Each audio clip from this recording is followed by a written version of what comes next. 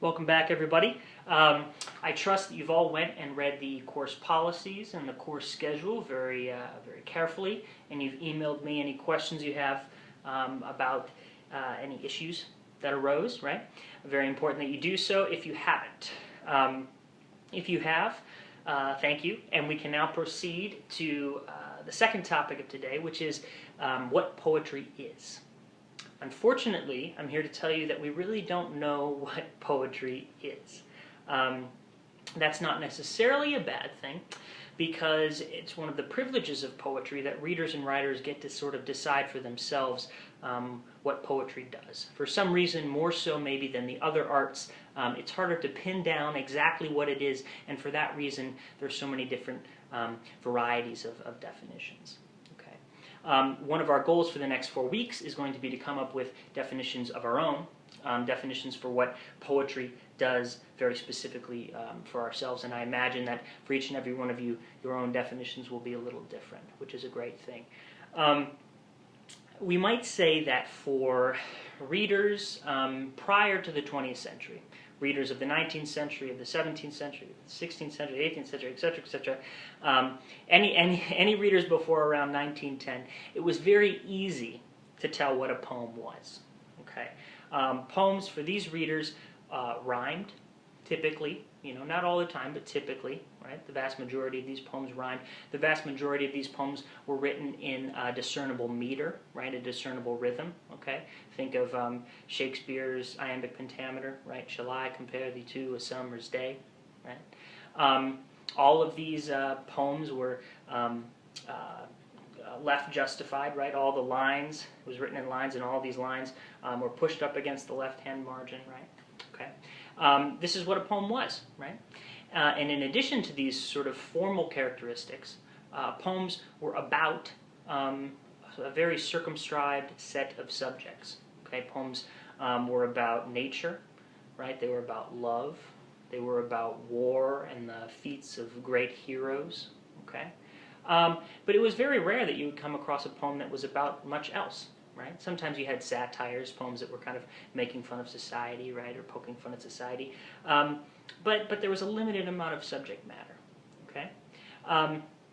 Suddenly, in the 20th century, we decided that we would be able to write about whatever we wanted.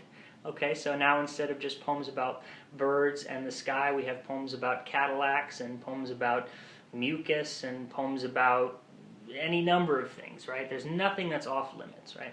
And in addition, poems look radically different, right? Poems do not have to rhyme, first of all. They do not have to be in a recognizable meter, right? We have what's known as free verse poetry.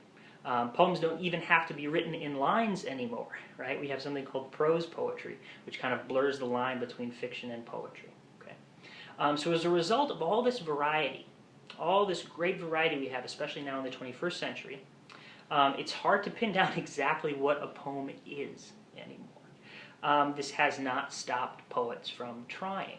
In fact, one of the great subjects of poetry that I did not mention, and that still is a major subject, is poetry itself. And you're actually going to be reading a couple poems about poetry for class today. I want to share with you just a few of my sort of favorite definitions of poetry in order to give you a sense of how people talk about poetry, how people put into words what poems do, okay, or what they are, right? The first one that I really like, the first chronologically rather, comes from Samuel Taylor Coleridge, a poet at the beginning of the 19th century, and he said that poems are simply the best words in the best order. Okay?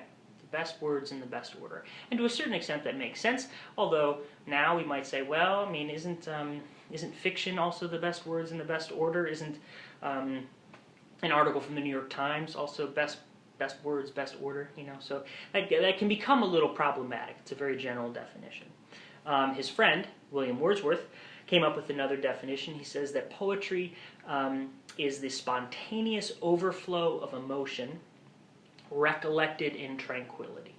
Okay, the spontaneous overflow of emotion recollected in tranquility. This is a very famous definition for lyric poetry. And it has some merit, right? We can understand how someone like William Wordsworth would be at the beach one day and he would see the sun coming down on the water, and it would cause this spontaneous overflow of emotion. He would really feel something, and then a week later he would be in his study, in his office, and he would sit down and he'd be writing a poem about this experience, recollecting this spontaneous overflow in a moment of tranquility in his office, right? In many cases, that is how poems get written still today, right? In the 20th century, we get a lot weirder. We start getting definitions like that of Marianne Moore, who says that poems are imaginary gardens with real toads in them. I love that definition, partly because I have no idea what she's talking about, right? We might say it has something to do with a combination of the imaginary and the real, and some sort of special composite, some effect that we don't really get in the other arts, maybe. Some special combination of the imaginary and the real, perhaps. We also have poets pointing to the inadequacy of poetry. Right? We have a poet like W.H. Auden, right? One of the greatest poets of the 20th century, saying poems make nothing happen. Poems can't do anything, right?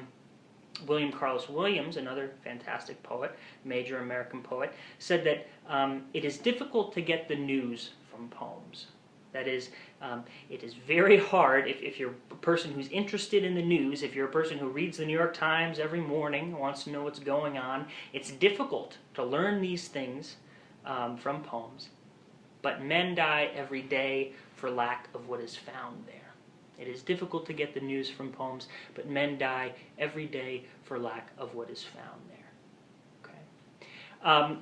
Sort of more recently, we have a couple other definitions that I want to introduce you to. Charles Wright, another poet, and I should mention these names, you don't have to pay attention to them at all. It's just me citing my sources, right? Charles Wright says that poetry is words that sound better and mean more. And so that's something we can grasp onto, right? Because it's general, but it also points to really the two central aspects of poetic language. The fact that they sound good, they're pleasing to the ear, right? There's music to the language, and they somehow mean more, right? Meaning is somehow condensed into words more so than they would be in a short story or a novel, perhaps. Right? George Oppen, one of my favorite poets, says that every poem says the same thing. In addition to all the other things that poems say, they say one other thing that every other poem says as well, and that's me too. Me too. Right? So this is this idea that a poem somehow represents human experience in such a way as to kind of reach out to the reader and say, hey, I've had this experience too. This is a shared human experience, right? And that's what we might call empathy. Right, a word, an emotion often ascribed to poetry. The ability to sort of make someone care about another human being, even if their plight is not exactly the same, right? But to somehow bridge the gap of individuality, right? To say, hey, you've had this experience, I feel for you in some way, which is a powerful thing, right? And it is something I think that poetry can do at least as good as all the other arts, if not better. Right? So this idea of empathy is actually, if you'll notice on the, well, you would have had noticed because you would have read the course policies by now, but I copied a quote by the poet Dean Young, a younger poet, onto the top of the syllabus. It says, the highest accomplishment of the human consciousness is the imagination, and the highest accomplishment of the imagination is empathy. Okay, so we're going to come back to that. Empathy. Keep these definitions in mind, all of them, right? You're going to hear a lot more. My main goal with these definitions is just to sort of introduce you to the texture of how we talk about poetry, or how some people talk about poetry. Today, read the poems about poetry on the Blackboard document on Blackboard, and answer the daily assignment. Okay? We'll see you tomorrow.